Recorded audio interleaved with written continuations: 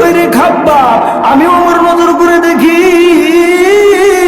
তোমার পিঠের ভিতর কেমন যেন টিউমার, তোমার পিঠের ভিতর কেমন যেন গোস্ত ফোলা, তোমার জিহ্বাটা কেমন যেন টিউমারের কারণে ফুলে গিয়েছে, একটু বলো না কিসের জন্য তোমার শরীরে এতগুলো টিউমার? এইবার খাব্বাব চোখের পানি ছাড়িয়া ডাক দিয়ে কই ওমর, আমার শরীরের ভিতরে কোনো টিউমার না, আমি ওমর। আমি যখন দিনের দাওয়াত দেওয়ার জন্য বিধর্মীদের কাছে গিয়েছিলাম তখন বলেছিলাম ভাইরা এক আল্লাহর ইবাদত করো, এক আল্লাহর গোলামি করো। তখন ওই বিধর্মীগুলো আমাকে এমন ভাবে মারলো, মারতে মারতে আমার শরীর দিয়ে যখন রক্ত বের হয় তখন ওই বিধর্মীদের বাচ্চাগুলো আমাকে ডাক দিয়ে কয় খাব্বাব হয় তোমার জীবন দিয়ে দাও, নয় তোমার ঈমান দিয়ে দাও। এবার সাহাবী খাব্বাব ডাক দিয়ে কয় আমি আমার জীবন দিয়ে দেব কিন্তু ঈমান দিব না।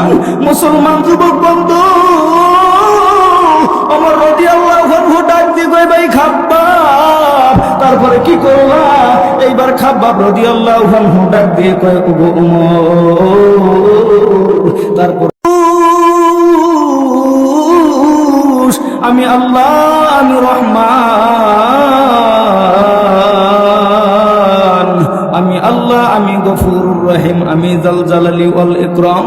এই তামাম পৃথিবীর মানব জাতিগুলোকে, যেই মানুষগুলো আমি আল্লাহর কোরআনুল কারীমের ডাকে সাড়া দিবে, আমি আল্লাহ রব্বুল আলামিন তাদের দুইটা পুরস্কার দিব। বলেন সুবহানাল্লাহ। ওয়াল্লাহু ইয়াদউ ইলাল জান্নাতি ওয়াল মাগফিরাতি বিইذনিহি ওয়া ইউবাইয়িনু আয়াতিহি লিন-নাসি লাআল্লাহুম ইয়াতাযাক্কারুন। বলেন আল্লাহু আকবার। আমার ভাইরা, আমার বন্ধুরারি,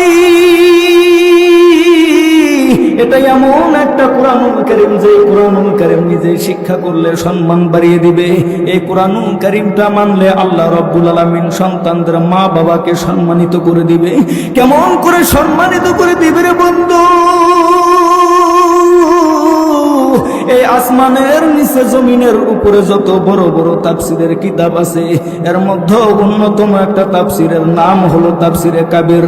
এই তাফসীরে কাবিরের মুসান্নিফ মাওলানা ফখরুদ্দিন রাজি রাহমাতুল্লাহি আলাইহি লেখেন, আল্লাহর একজন বান্দা তার নাম ছিলেন আব্দুল্লাহ, আল্লাহর পয়গম্বর হযরত মুসা আলাইহিস সালাম একটা কবরের পাশ দিয়ে হাইটে যাইতেছিলেন। আমার ভাইরা, আমার বন্ধুরি, পয়গম্বর কবরের ভিতরে তাকাই দেখে কবরের ভিতরে কেমন যেন জাহান্নামের আগুন জ্বলে। কবরওয়ালা ব্যক্তিটা কেমন যেন চিৎকার করে ডাক দিয়ে কয় আল্লাহ, এই জাহান্নামের আগুন আর সহ্য করতে পারি না গো মালিক। ও গো মালিক, এই জাহান্নামের আগুন থেকে আল্লাহ তুমি আমার হেফাজত করো। আমার ভাইরা, আমার বন্ধু, এমন সময় পয়গম্বর ওই কবরের আযাব দেখার সময় কবরের আযাব দেখে নিজের কর্ম করার জন্য আবার চলিয়া গেলেন। ইতিমধ্যে বাবাজি আল্লাহর পয়গম্বর কাজকর্ম শেষ করিয়া আবার যখন ফেরত আসতেছিলেন, আল্লাহর পয়গম্বর নজর করে দেখতেছিল যে সকালবেলা যে কবরের ভিতরে জাহান্নামের আগুন দেখলাম, এখন এই কবরের ভিতরে জাহান্নামের আগুন আছে কিনা। আল্লাহর কসম করে বন্ধু,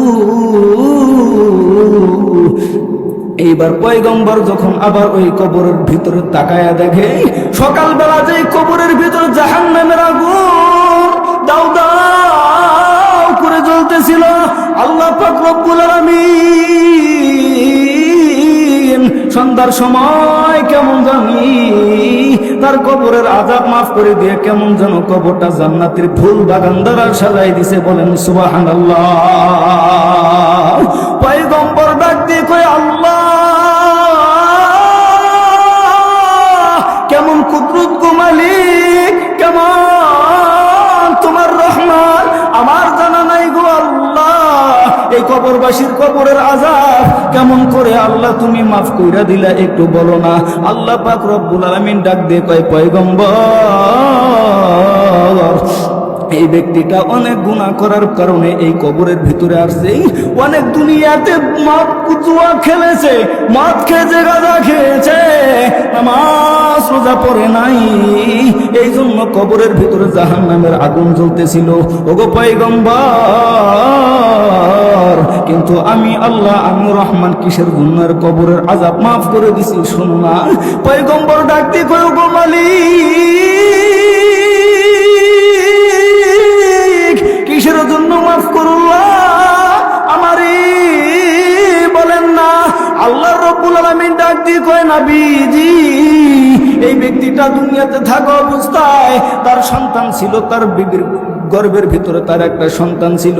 এতদিন তার বিবির গর্ভ থেকে সন্তানটা দুনিয়াতে আসে নাই, কিন্তু ইদানিং যখন জন্মগ্রহণ করলো এই সন্তানটা, আর ওই সন্তানের আম্মা জান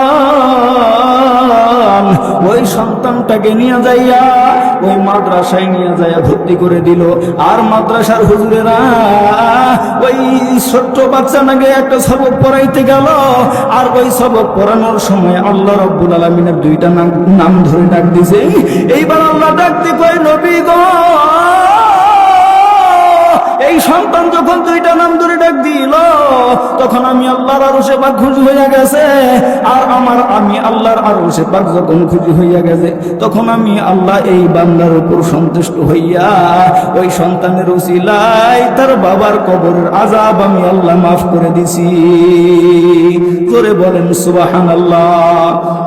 পয়গম্বর কান্দারে ডাকতে কয়, আল্লাহ কেমন তোমার রহমান। আল্লাহ রাব্বুল আলামিন ডাক দিয়ে কয়, নবী কেন কান্দেন বলেন না? এত সুন্দর একটা সুখবর শোনার পরেও কেন কান্না করেন একটু বলেন না।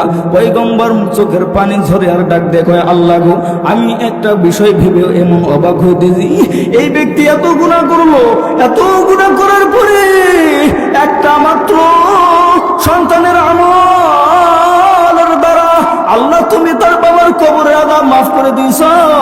ওগো আল্লাহ, আপনার কাছে জানবার চাই, দুনিয়াতে মুসা নবীর উম্মত থেকে শুরু করে মুহাম্মদ নবীর উম্মত পর্যন্ত যতগুলো মানুষগুলো এই কোরআনুল কারীমটা শিক্ষা করবে এবং আল্লাহ আপনার নাম ধরে ডাক দিয়ে মা বাবার জন্য কবরের আযাব মাফের জন্য দোয়া করবে, আল্লাহ তুমি কি মাফ করে দিবা বলো না?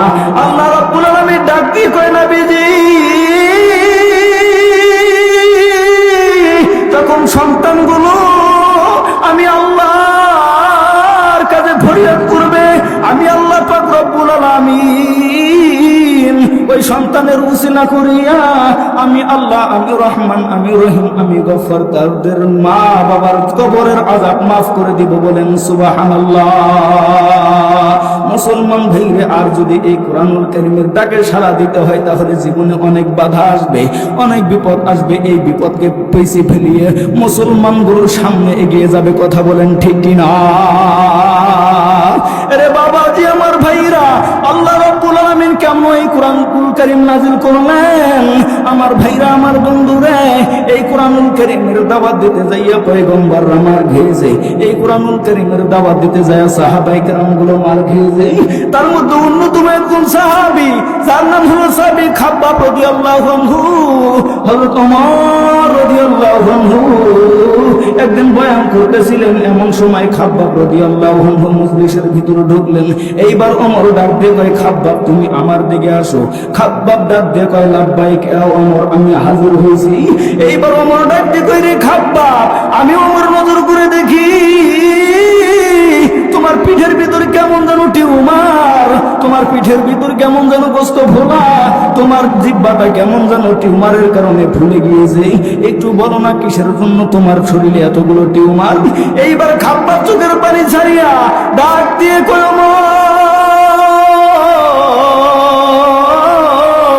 আমার শরীরের ভিতরে কোনো টিউমার না, আমি ওমর। আমি যখন দিনের দাওয়াত দেওয়ার জন্য বিধর্মীদের কাছে গিয়েছিলাম, তখন বলেছিলাম, ভাইরা, এক আল্লাহর ইবাদত করো, এক আল্লাহর গোলামি করো। তখন ওই বিধর্মীগুলো আমাকে এমন ভাবে মারলো, মারতে মারতে আমার শরীর দিয়ে যখন রক্ত বের হয়, তখন ওই বিধর্মীদের বাচ্চাগুলো আমাকে ডাক দিয়ে কয়, খাব্বাব হয় তোমার জীবন দিয়ে দাও, নয় তোমার ঈমান দিয়ে দাও।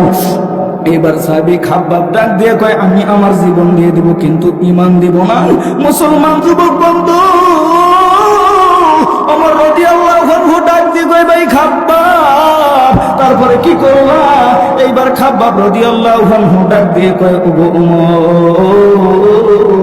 তারপর ওই বিধর্মীর বাচ্চাগুলো কেমন যেন জ্বলন্ত আগুনের একটা কয়লা ঘুনি দিয়া অনেকগুলো কয়লা দ্বারা একটা চোখের উপর শোয়াইয়া আমি খাব্বাবকে শেষবার মতন বললো, ভাই তোমার জীবন দিয়ে দাও, নয় তোমার ঈমান দিয়ে দাও। তখন আমি খাব্বাব বলেছিলাম আমার জীবনটাই দিয়ে দেব, কিন্তু ঈমান দিব না। বলেন সুবহানাল্লাহ।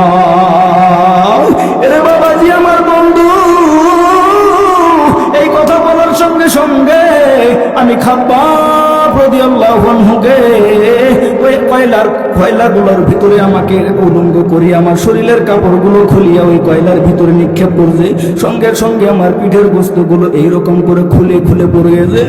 আর যখন আমি একটা ডাক দিয়েছিলাম আল্লাহ, তখন আমার মুখটা হা হয়ে গেল। তখন আমার মুখটা যখন হা হয়ে গেল, আর ওই বিধর্মীর বাচ্চাগুলো আমার মুখটা হাওয়ার সঙ্গে সঙ্গে একটা আগুনের কয়লা মুখের ভিতর ঢুকাই দিয়েছে। এই জন্য আমার শরীরটা এরকম ফুলে ফুলে ঠোঁটা পড়ে গেছে। হযরত ওমর কান্দারে ডাক দিয়ে, খাব্বাব তোমাকে একটু জড়াই ধরতে চাই। খাব্বাব রাদিয়াল্লাহু আনহু রাজি হইয়া গেল। এই ঘটনা শোনার পরে যখন খাব্বাব রাদিয়াল্লাহু আনহুকে শক্ত করে জড়িয়ে ধরলো, ওমর রাদিয়াল্লাহু আনহু জড়াই ধরে মুস্কি একটা হাসি দিল। বলেন সুবহানাল্লাহ। খাব্বাব ডাক দিয়ে কয়, ওমর আমার শরীরে দুর্গন্ধ, এই জন্য তুমি হয়তো হাসি দিলা মিষ্টি। এবার ওমর ডাক দিয়ে কয়, খাব্বাব আল্লাহর কসম করে বলি তোমার শরীর দিয়ে কোনো দুর্গন্ধ নয়, আল্লাহর কসম করে বলি তোমার শরীর দিয়ে কেমন যেন জান্নাতি ঘ্রাণ আল্লাহ দিয়ে দিছে। জোরে বলেন সুবহানাল্লাহ। আমি আপনাদের অল্প সময়ের মধ্যে বুঝাইতে চাইছিলাম এই কোরআনুল কারীমটা মানলে আল্লাহ মাফ করে জান্নাত দিবে, কিন্তু এই কোরআনুল কারীমের পথে থাকলে এবার খাব্বাবের মতন সাহাবী, ওমরের মতন, আলীর মতন সাহাবী, সালমান ফারসির মতন এইভাবে ত্যাগ স্বীকার করতে হবে। কথা বলেন ঠিক কিনা? আল্লাহ আমাদেরকে এর উপর আমল করা তৌফিক দান করুক, আমিন।